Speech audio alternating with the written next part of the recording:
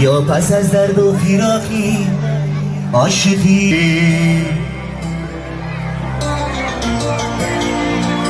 بر مرادی دل رسیدن بودن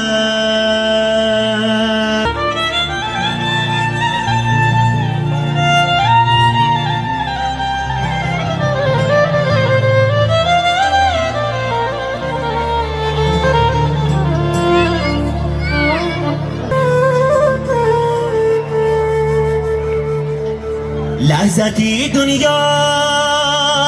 چشیدن بود است